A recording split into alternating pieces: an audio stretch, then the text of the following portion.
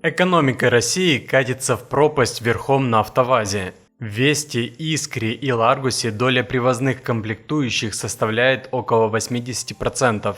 Около 4 миллионов рублей – такова на сегодняшний день средняя стоимость нового автомобиля в России. Все, покупать новые транспортные средства простой народ уже не в состоянии. Динамика роста ценников тоже впечатляет. Такого мировая история еще не знала. Согласно данным аналитического агентства «Автостат», за последние 12 лет с весны 2014 года автомобили в России подорожали более чем в 3 раза. Если дюжину годиков назад в среднем легковушка обходилась в 1 миллион 200 тысяч, то нынче это уже 3 миллиона 800 тысяч рублей. Рынок давно подошел к пределу платежеспособности покупателей. Автомобили стали слишком дорогими для массового спроса. А значит, дальнейшее повышение цен без внешних шоков будет еще сильнее давить на продажи, говорится в аналитическом обзоре Альфа-банка. С иномарками все более-менее понятно.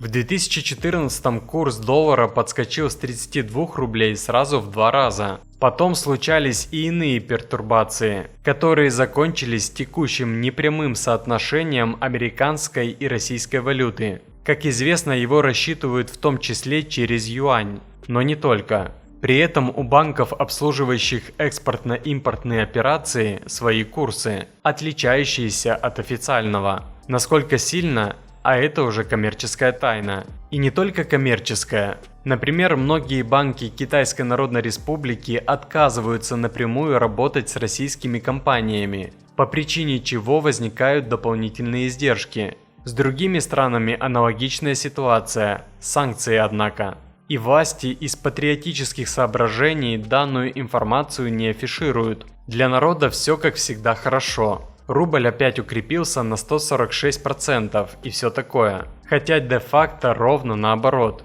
Плюс так называемый утилизационный сбор. За последние годы он вырос в разы. Собственно, вот вам и трехкратный рост цен. Все более-менее верно. Объективные обстоятельства, если их, конечно, можно назвать таковыми. Но пусть будет так. По идее, в условиях экономических санкций и прочего внешнего прессинга следует рассчитывать в первую очередь на собственные силы, то есть развивать национальный автопром, дабы он обеспечивал граждан Российской Федерации доступными транспортными средствами. Но и тут ценники росли совершенно безбожным образом. По состоянию на весну 2014 года обычная трехдверная Нива стоила от 364 тысяч рублей, Гранта от 289 тысяч рублей, Ларгус от 354 тысяч рублей. Сейчас это соответственно 1,1 миллион рублей, 1,6 миллиона рублей и 850 тысяч рублей.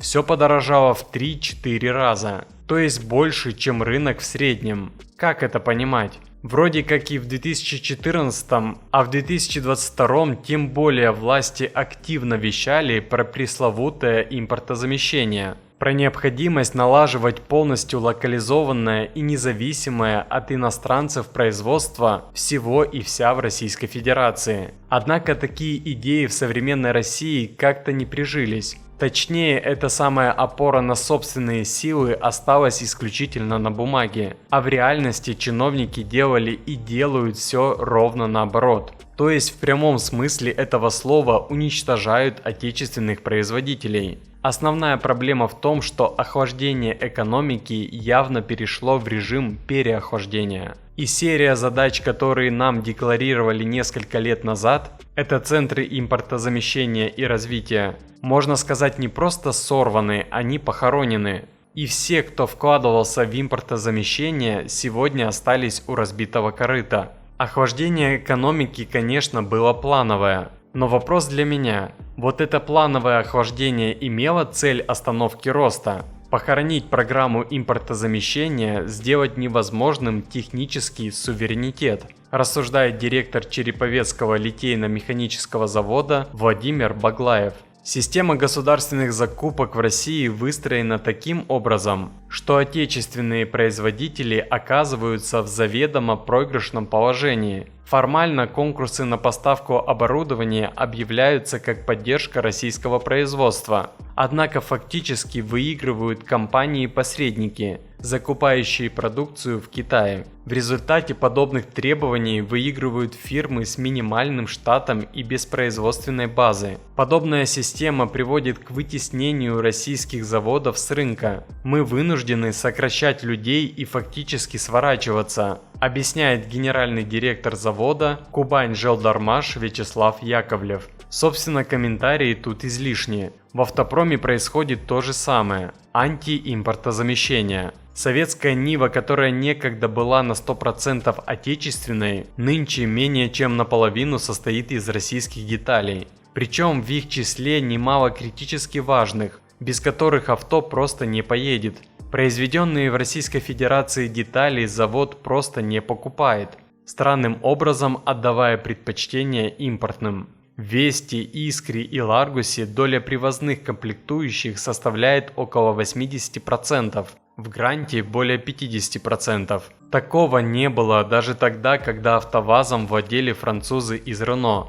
По сути, за последние 4 года Минпромторг и прочие госчиновники практически полностью убили производство автокомпонентов в Российской Федерации. Лада теперь собирает из импортных запчастей, стоимость которых растет, а сложности с их доставкой в Российскую Федерацию постоянно увеличиваются. Налицо самое настоящее вредительство, без каких-либо преувеличений. Правда, одной лишь заменой российских деталей на импортные такой рост на продукцию завода из Тольятти никак не объяснить. Особенно учитывая то, что, к примеру, на том же Ларгусе вместо французского мотора теперь ставят российский ДВС. А ведь именно этот автомобиль почему-то подорожал больше всего. А вот здесь искать какую-то логику не стоит. Просто поднимают цены и все тут, чтобы жизнь медом не казалась. На завод чиновникам всех рангов наплевать. АвтоВАЗ, похоже, они уже списали. По итогам прошлого года падение продаж составило 38%. За первый квартал этого года 18%. Еще немного и конвейер придется останавливать. Российским властям пора менять государственную и промышленную политику, чтобы автомобиль перестал быть роскошью, призывает вице-президент Национального автомобильного союза Антон Шапарин. Странное заявление. Каким именно властям? Тем, которые планомерно разрушают остатки российской промышленности? Пчелы против меда, никак иначе. Это не научная фантастика. Света в конце тоннеля пока не видно, и с каждым днем ситуация продолжает ухудшаться. Хотя вроде как и так уже хуже некуда. Более прямым текстом говорю в своем телеграм-канале, тут не все можно говорить. Ссылка в закрепленном комментарии. Напишите свое мнение, что нужно сделать в России, чтобы машины стали доступными. Огромное спасибо, что досмотрели видео до конца. Посмотрите наши предыдущие ролики, а также подпишитесь на канал, если почему-то еще этого не сделали. Удачи!